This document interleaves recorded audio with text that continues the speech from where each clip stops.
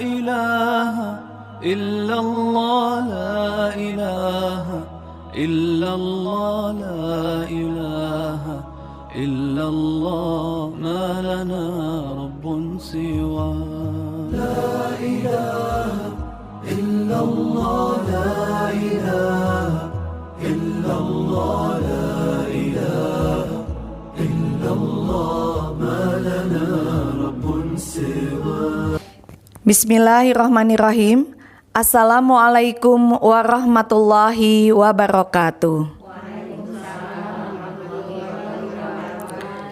Alhamdulillah, segala puji marilah kita panjatkan kehadirat Allah Subhanahu wa Ta'ala atas segala nikmat, hidayah dan inayahnya lah kita dapat berkumpul bersilaturahmi dalam kegiatan Kultum Ramadan 1443 Hijriah IGTKI Kecamatan Rancasari. Sholawat serta salam semoga selalu terlimpah, tercurah kepada Rasulullah Muhammad Sallallahu Alaihi Wasallam, kepada keluarga, sahabat, dan insya Allah kepada umatnya hingga akhir zaman.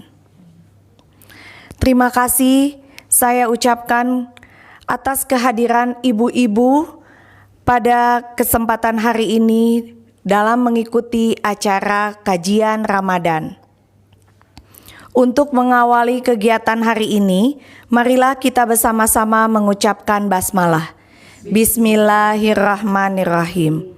Semoga acara hari ini lancar dan mendapatkan keberkahan. Amin ya Allah ya Rabbal Alamin. Sebagai pembuka acara pada hari ini, marilah kita mendengarkan lantunan ayat suci Al-Quran yang akan dibacakan oleh Ibu Asmawati, yaitu Quran Surat Al-Baqarah ayat 183 sampai ayat 184. Kepada Ibu Asmawati saya persilahkan. Assalamualaikum warahmatullahi wabarakatuh. Waalaikumsalam warahmatullahi wabarakatuh.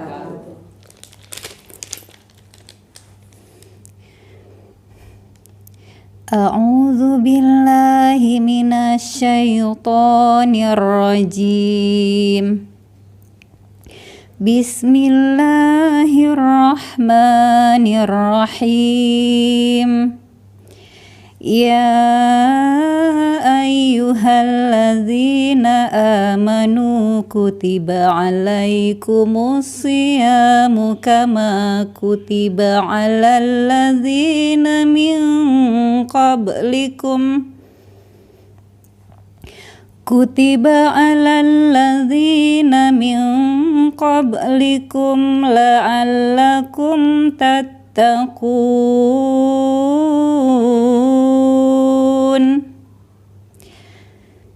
Ayyaman ma'dudatin faman kana minkum maridan aw ala safarin fa'iddatum min ayyamin ukhar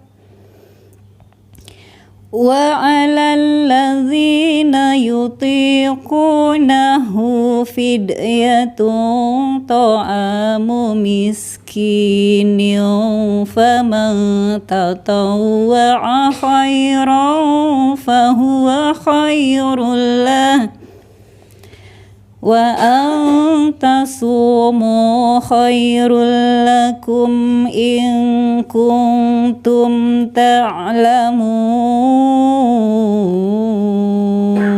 Aku berlindung kepada Allah dari godaan syaitan yang terkutuk dengan menyebut nama Allah yang Maha Pengasih lagi Maha Penyayang. Wahai orang-orang yang beriman, diwajibkan atas kamu berpuasa sebagaimana diwajibkan atas orang sebelum kamu agar kamu bertakwa, yaitu beberapa hari tertentu Maka barang siapa di antara kamu sakit atau dalam perjalanan, lalu dia berpuasa, maka wajib mengganti sebanyak hari yang dia tidak berpuasa itu pada hari-hari yang lain. Dan bagi orang yang berat menjalankannya, wajib membayar fidyah, yaitu memberi makan seorang miskin. Tetapi barang siapa dengan kerelaan hati mengerjakan kebajikan, maka itu lebih baik baginya, dan puasamu itu lebih baik bagimu jika kamu mengetahui. Maha benar Allah dengan segala firman-Nya. Assalamualaikum warahmatullahi wabarakatuh. Waalaikumsalam warahmatullahi wabarakatuh. Terima kasih kepada Ibu Asmawati yang sudah membacakan ayat-ayat suci Al-Quran. Selanjutnya, sebagai acara kedua, yaitu sambutan dari Ketua IG TKI Rancasari.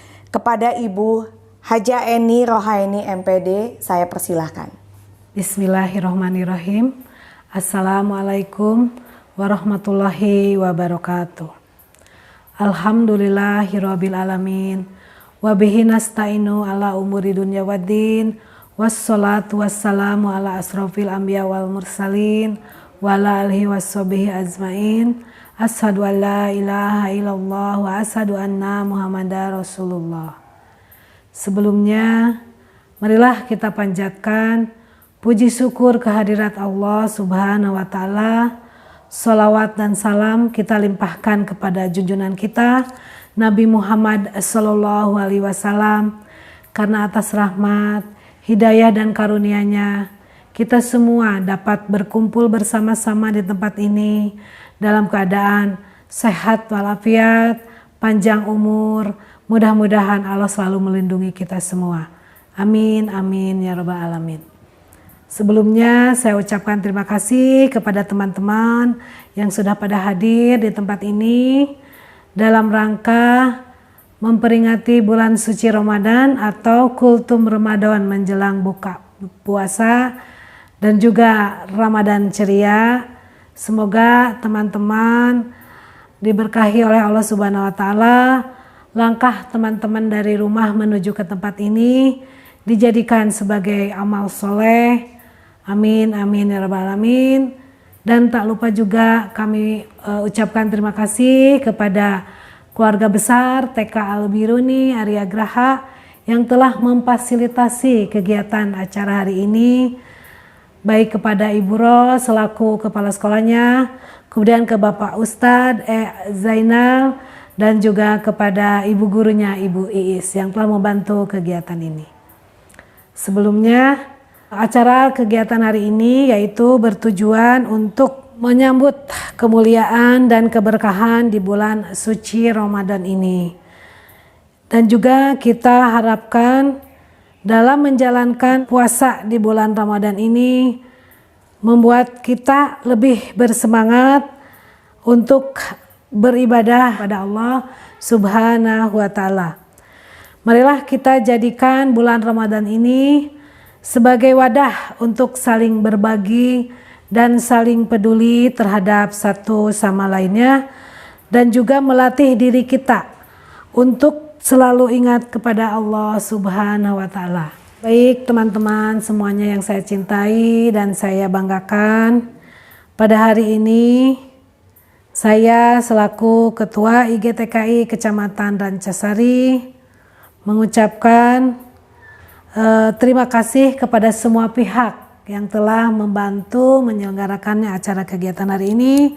Semoga acara kegiatan hari ini bisa berjalan dengan lancar, baik, dan juga penuh keberkahan dari Allah Subhanahu wa taala. Dan semoga kita mendapatkan kemanfaatan pada acara kegiatan hari ini sehingga membuat kita lebih bersemangat dan beribadah di bulan suci Ramadan ini. Demikianlah kata sambutan dari kami selaku Ketua IGTKI PGRI Kecamatan Rancasari. Jika ada kata-kata yang memang kurang berkenan di hati teman-teman dan juga tingkah laku atau ucapan baik keorganisasian maupun secara pribadi, saya ucapkan mohon maaf, karena semua kita tahu manusia tidak ada yang sempurna. Kesempurnaan hanyalah milik Allah Subhanahu wa taala. Sekali lagi saya mohon maaf lahir dan batin. Wabillahi taufik wal hidayah. Assalamualaikum warahmatullahi wabarakatuh. Terima kasih kepada Ibu Hajah Eni Rohaini yang telah memberikan sambutannya. Hadirin yang berbahagia, sebagai acara selanjutnya yaitu acara kultum yang akan disampaikan oleh Bapak E. Zainal Mutakin. Kepada Bapak E. Zainal Mutakin saya persilahkan. Bismillahirrahmanirrahim. Assalamualaikum warahmatullahi wabarakatuh. Waalaikumsalam warahmatullahi wabarakatuh. Alhamdulillahilladzi domina sa'adata fid dunya wal akhirah liman amana wa amila amalan salihan. Asyhadu an la ilaha illallah wahdahu la syarikalah wa asyhadu anna Muhammadan abduhu wa rasuluhu sallallahu alaihi wasallam. Amma ba'du. Hadirin ikhwatu iman rahimakumullah. Alhamdulillah kita masih diberikan kesempatan oleh Allah Subhanahu wa taala untuk berkumpul kembali, bertatap muka kembali dalam acara kultum bulan Ramadan. Kita dulu pernah bertemu pada tahun 1442 Hijriah dan alhamdulillah kita masih diberikan kesempatan untuk bertemu kembali pada tahun 1443 Hijriah. Ini merupakan nikmat yang tidak bisa kita hitung karena nikmat umur ini bisa kita manfaatkan untuk menambah kualitas ibadah kita kepada Allah Subhanahu wa taala. Mudah-mudahan kegiatan hari ini dicatat oleh Allah Subhanahu wa taala sebagai amal soleh untuk bekal kita di alam nanti. Pada kesempatan kali ini izinkan saya membahas tentang agama. Karena agama ini adalah sesuatu yang sangat agung yang dibawa sejak Nabi Adam sampai Nabi Muhammad SAW, yaitu agama Islam. Pada suatu kesempatan Rasulullah SAW pernah ditanya oleh sahabat tentang hakikat agama atau esensi dari agama. Rasulullah SAW menjelaskan dengan sangat singkat tetapi memiliki makna yang sangat dalam. Kata Rasulullah SAW bahwa yang dimaksud dengan agama adalah ad-dinu an-nasihah. Agama itu adalah sebagai nasihat. Nasihat bagi Allah, nasihat bagi Rasulullah, nasihat bagi kaum muslimin seluruhnya. Nah, yang akan kita bahas kali ini adalah an-nasihah bagi manusia. Nasihat itu memiliki makna meluruskan, memperbaiki atau mengkoreksi, bahkan membersihkan. Dalam memberikan nasihat ini tentu mempunyai tantangan dan kesulitan yang sama besarnya bagi orang yang memberikan nasihat ataupun bagi orang yang menerima nasihat. Kadang kita mendapat kesulitan ketika kita harus memberikan nasihat kepada orang yang terdekat. Istilah bahasa Sunda mah kararagok, ya. Kalau kita harus memberikan nasihat kepada saudara kita yang terdekat. Kalau kepada orang lain mungkin kita akan bebas gitu ya. Tapi kepada saudara mungkin nanti kalau saudara kita tidak menerima nanti akan ada hubungan yang retak mungkin ya. Nah, kemudian ada satu nasihat yang sangat berat sekali yang diterima oleh para nabi ya. Baik Nabi Ibrahim, Nabi Musa, Nabi Muhammad, yaitu memberikan nasihat kepada yang lebih tinggi derajatnya daripada kita ya. Baik itu secara keilmuan, baik itu secara materi, lebih kaya dari kita misalkan, ataupun dari sisi jabatan, lebih tinggi dari kita. Dan yang lebih tinggi lagi adalah seorang penguasa. Bagaimana beratnya Nabi Musa memberikan nasihat kepada Fir'aun. Dia harus dikejar-kejar sampai ke tepi laut dan harus mempertaruhkan nyawanya dan umatnya Bani Israel pada saat itu. Kemudian Nabi Ibrahim, dia juga harus mempertaruhkan nyawanya sampai dibakar ya. Tetapi Allah melindunginya. Dan terakhir adalah Nabi Muhammad. Nabi Muhammad pun sebelum hijrah beliau diancam akan dibunuh, tetapi diselamatkan oleh Allah Subhanahu wa taala, dan yang menggantikan tempat tidur beliau adalah Sayyidina Ali bin Abi Thalib. Nasihat ini tentunya harus tetap kita laksanakan. Karena kalau nasihat ini tidak kita laksanakan, tentu akan terjadi bencana ya. Baik itu bencana secara luas ataupun bencana di dalam keluarga. Bagaimana kalau kita tidak menasihati anak kita misalkan ya, yang tidak mematuhi aturan-aturan agama ya. Misalkan anak kita sudah besar, sudah SMA. Nah, anak kita itu misalkan mencoba meminum atau memakan makanan yang haram, bisa narkoba atau minum apa yang beralkohol. Kalau kita biarkan, tentu anak kita akan rusak. Jadi secara otomatis nasihat ini mau tidak mau harus kita lakukan. Karena Allah Subhanahu wa taala telah memberikan pelajaran pada kita di dalam surat Al-Asr ya. Wal asri innal insana lafi khusrin. Bahwa semua manusia itu pada dasarnya rugi ya. Kecuali illalladzina amanu wa amilus sholihat. Kecuali orang yang beriman dan beramal soleh. Apa amal solehnya? Yaitu watawasau bil haq watawasau bis shobr. Jadi minimal di dalam keluarga diri kita dulu, baru setelah keluarga kita baik, ya kita mencoba melebarkan kepada tetangga kita ya. Karena orang yang beriman itu adalah orang yang ketika dia sudah beriman, dia juga peduli kepada tetangganya. Apa artinya kita soleh atau kita beriman tetapi tetangga kita dibiarkan melakukan kesalahan atau perbuatan yang melanggar agama? Kan Al-Quran menyatakan, Lau anna ahlal qura amanu wattaqau lafatahna alaihim barakati minas sama wal ar. Seandainya penduduk suatu kampung atau suatu negeri itu beriman dan bertakwa, maka akan dibukakan pintu barokah dari langit dan bumi. Coba kita sebaliknya. Kalau kita tidak iman dan tidak bertakwa, maka yang terjadi adalah bencana.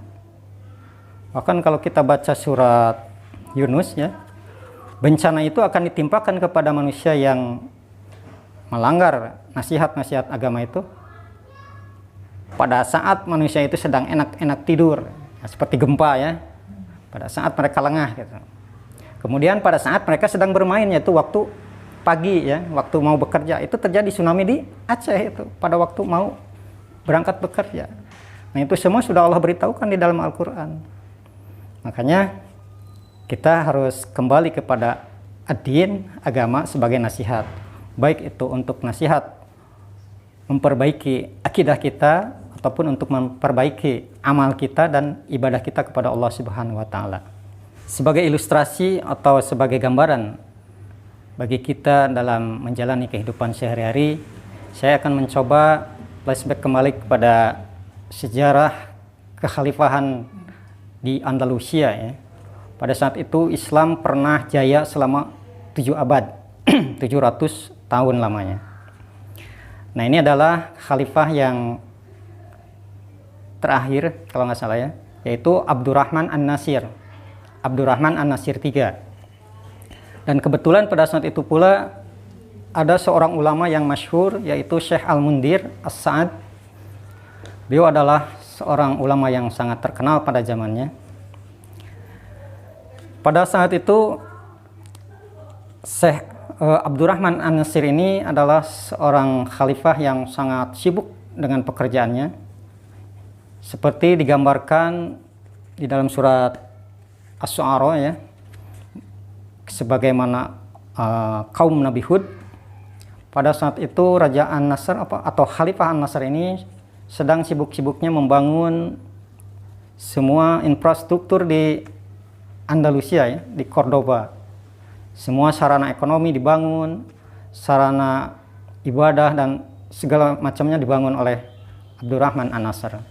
Cuman satu hal yang menjadi kekhawatiran ulama saat itu atau Syekh Al-Mundir As-Sa'ad ini, saking sibuknya khalifah ini sehingga beliau lupa ya ke masjid, lupa untuk sebagaimana seorang muslim ya. Beliau harus, karena kan seorang raja itu atau seorang khalifah ini biasanya dekat dengan ulama ya, sehingga kalau sang khalifah ini tidak hadir, ketahuan gitu ya. Tapi kalau rakyat biasa mungkin kalau tidak ke masjid tidak ketahuan ya. Tapi karena ini seorang khalifah yang mencerminkan sebagai seorang yang harusnya taat kepada Allah Subhanahu wa taala, ketika tidak menghadiri misalkan sholat Jumat sekali, 2 kali, 3 kali, nah ini jadi pertanyaan. Karena ini bisa menyebabkan bencana ya bagi negaranya. Ketika seorang raja atau seorang khalifah sudah mengabaikan perintah Allah, maka kata Allah, tidak akan lafatahna, tidak akan diberikan berkah dari langit dan bumi. Itu akan sebaliknya. Lafatahna barokati minas sama itu adalah untuk orang yang beriman dan yang bertakwa. Kalau sebaliknya mungkin bencana yang akan karena akibat perbuatan sang khalifah tersebut. Ulama ini sangat sedih sekali ya melihat khalifahnya seperti itu. Kemudian dia berdoa semoga pada kesempatan Jumat keempat sang khalifah ini hadir. Ternyata alhamdulillah pada Jumat keempat sang khalifah ini akhirnya datang ya. Dan tentunya ini kesempatan bagi sang alim ini ya, bagi Syekh Al-Mundir ini untuk memberikan nasihatnya. Karena tadi kan agama ini adalah an-nasihah. Agama ini adalah sebagai nasihat. Ketika kita misalkan lupa, lalai, maka kita diingatkan oleh agama. Karena sebaik-baiknya nasihat adalah agama. Bagaimanapun kita pintar, kaya, dan segala sesuatunya, ketika kita meninggalkan agama, maka itu adalah sebuah bencana. Maka diingatkanlah oleh Syekh Al-Mundir ini kepada sang khalifah, yaitu dengan membacakan surat Asy-Syu'ara dari ayat 128 sampai 135. Maka silakan dibacakan terjemah. Bismillahirrahmanirrahim.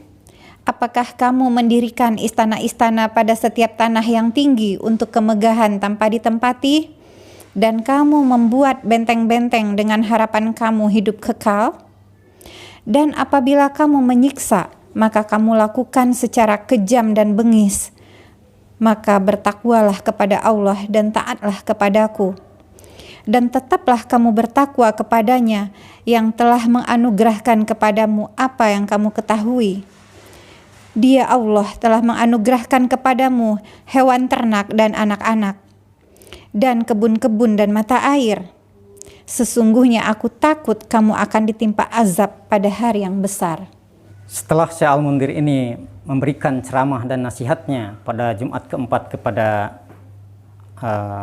sang khalifah, tentu pada saat itu para jamaah sangat tahu ya, sangat mengerti bahwa nasihat itu adalah untuk sang khalifah.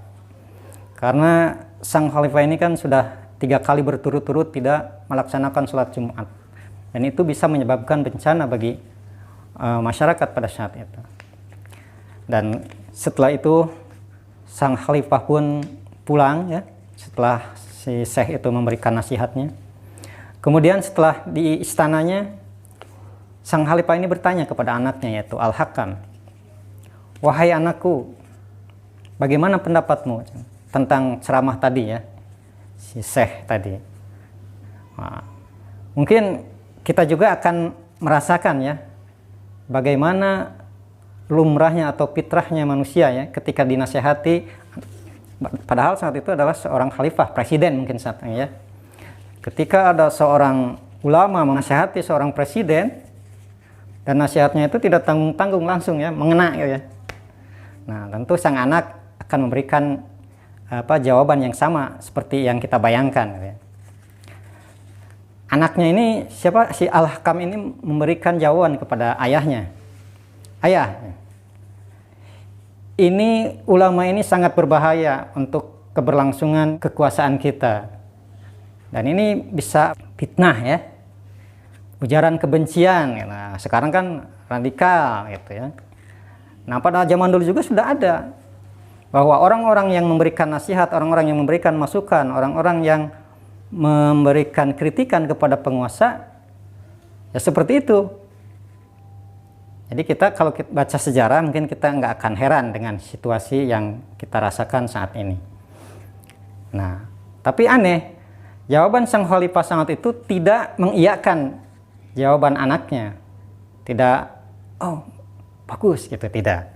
Tapi anakku, pada saat ini kamu salah. Sebenarnya ulama yang seperti ini yang harus kita pertahankan, ya. Karena ulama ini adalah sebagai warasatul anbiya, sebagai pewaris para nabi. Jadi ulama yang berani menyampaikan nasihatnya, walaupun itu kepada penguasa, ini adalah ulama yang betul-betul mengamalkan ajaran Rasulullah, mengamalkan agamanya. Jadi kata sang khalifah, biarkanlah sang ulama ini mengimami sholat, atau tetaplah dia sebagai ulama untuk menyampaikan nasihat-nasihatnya selama ayahmu masih hidup, dan kamu pun harus menjalankan apa yang ayah laksanakan. Artinya ulama tersebut atau Syekh Al-Mundhir ini tidak dipenjara, tidak ditangkap, tidak dibunuh, tetapi malah diberikan penghormatan sebagai ulama yang betul-betul tegas, gitu ya, berani menyampaikan kebenaran walaupun dia pada sang penguasa. Setelah sekian lama berlalu, ya, setelah Syekh Al-Mundhir ini memberikan nasihat kepada sang khalifah, kemudian Allah Subhanahu wa Ta'ala memberikan ujian berupa kekeringan kepada wilayah Andalusia ini, kepada kota Cordova ini. Dan ini sangat menyiksa sekali bagi rakyatnya, bagi semua penduduk di Andalusia, karena dengan kekeringan ini binatang-binatang banyak yang mati, tumbuh-tumbuhan juga, pokoknya semua perekonomian di Andalusia pada saat itu sangat memprihatinkan. Dan mungkin ini juga sebagai teguran, ya, dari Allah Subhanahu wa Ta'ala kepada sang khalifah yang dulu pernah mengabaikan kewajibannya sebagai seorang khalifah untuk melaksanakan ibadah kepada Allah Subhanahu wa Ta'ala. Nah, dia teringat kepada sang ulama ini, karena menurut dia, menurut sang khalifah, ketika kekeringan maka yang harus dilaksanakan adalah sholat istisqa. Sholat istisqa ini adalah salah satu pendekatan atau taqarrub kepada Allah Subhanahu wa Ta'ala, supaya Allah Subhanahu wa Ta'ala menurunkan hujan. Maka yang paling berhak atau yang paling afdal untuk melaksanakan sholat istisqa ini adalah ulama itu yang dulu pernah memberikan nasihat kepada beliau, kepada sang khalifah. Tapi beliau merasa sungkan, ya, karena malu, ya, dulu pernah berbuat, ya, lalai gitu pada perintah Allah. Sehingga sang khalifah ini menyuruh ajudannya, ya, kalau mungkin sekarang panglimanya lah atau siapa, untuk memberitahukan kepada sang ulama tersebut, pada Syekh Al-Mundhir, supaya mau melaksanakan sholat istisqa. Nah, ketika ajudan ini sampai kepada Syekh Al-Mundhir, pertama Syekh Al-Mundhir bertanya kepada ajudannya, "Wahai ajudan, bagaimana keadaan khalifah saat ini?" Nah, si ajudan ini langsung menceritakan kejadian-kejadian yang dulu setelah khalifah ini diberi nasihat oleh Syekh Al-Mundhir ini. "Alhamdulillah, Syekh, setelah engkau memberikan nasihat kepada sang khalifah, setiap malamnya tidak pernah terlewat sholat malam, sholat tahajud. Bahkan dia selalu berdoa dan menangis terhadap apa yang pernah dia lakukan.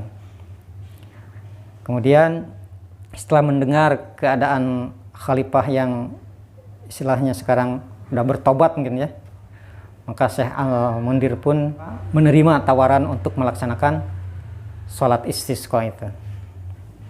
Syekh Al-Mundhir ini memberikan nasihat berupa syair kepada khalifah. Syairnya itu berbunyi, "Idza khasha'a jabarud dunya faqad khasha'a jabarus sama." Seandainya seorang khalifah takut kepada Allah, maka penduduk langit pun akan takut kepada sang raja ini, atau akan mendoakan sang raja ini. Artinya ketika sang ulama ini mendoakan dengan kebaikan-kebaikan, maka diharapkan sang raja ini kembali bertaubat dan menjadi raja yang mau mendengarkan nasihat-nasihat agama yang disampaikan oleh sang ulama. Alhamdulillah, setelah melaksanakan sholat istisqa, akhirnya hujan pun tidak lama turun. Karena dalam Al-Quran dikatakan bahwa innallaha indahu ilmus sa'ah wa yunazzilus sama, bahwa di sisi Allah lah semua ilmu tentang hari kiamat, dan Allah lah yang menurunkan hujan dari langit. Akhirnya kita bisa mengambil hikmah dari kisah atau perjalanan sang khalifah di Andalusia ini, bahwa pada saat itu penduduk atau rakyat Cordova itu bukanlah malaikat ya, tetapi ulamanya, kemudian penguasanya dan rakyatnya mau mendengarkan nasihat atau agama yang diturunkan oleh Allah Subhanahu wa taala. Sehingga kembali lagi, lau anna ahlal qura amanu wattaqau lafatahna barakatin minas sama'i wal ar. Jadi selama kita mau mendengar, mau menjadi pendengar, tidak hanya menjadi penasihat ya, tapi kita juga harus menjadi pendengar atau mau menerima nasihat. Insya Allah selama kita mau membuka telinga dan membuka hati, maka agama ini akan menjadi way of life ya, akan menjadi panduan hidup kita sehingga kita tidak akan tersesat selama-lamanya. Karena Rasulullah SAW pernah mengajarkan, barang siapa yang berpegang teguh kepada Al-Quran dan Sunnah, maka kita dijamin tidak akan sesat selama-lamanya sampai kita meninggal dunia. Insya Allah. Mudah-mudahan kita selalu diberikan hidayah oleh Allah Subhanahu wa taala dan diberikan kekuatan untuk senantiasa bisa menerima agama ini sebagai nasihat untuk meluruskan akidah kita, untuk membersihkan hati kita dari hal-hal yang kotor, sehingga Allah Subhanahu wa taala bisa menerima semua perbuatan kita menjadi amal soleh di hari nanti. Demikian yang dapat saya sampaikan. Rabbana atina fid dunya hasanah wa fil akhirati hasanah wa qina adzabannar. Assalamualaikum warahmatullahi wabarakatuh. Alhamdulillah, terima kasih kepada Bapak Zainal Mutakin yang sudah memberikan ilmu kepada kami. Kami ucapkan jazakumullah khairan. Ibu-ibu yang dirahmati Allah, alhamdulillah acara hari ini dapat berjalan dengan lancar. Semoga ilmu yang kita dapatkan mendapatkan keberkahan dari Allah Subhanahu wa taala. Amin ya Allah ya Rabbal alamin. Mohon maaf atas segala kesalahan, dan sebagai penutup marilah kita mengucapkan hamdalah bersama-sama.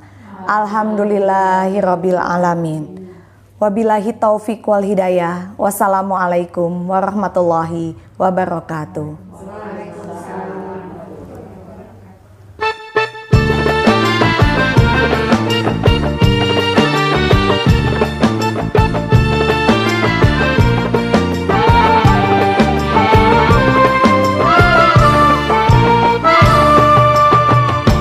Sesuci, dengan nurani, sesuci, salam untuk ilahi bagaikan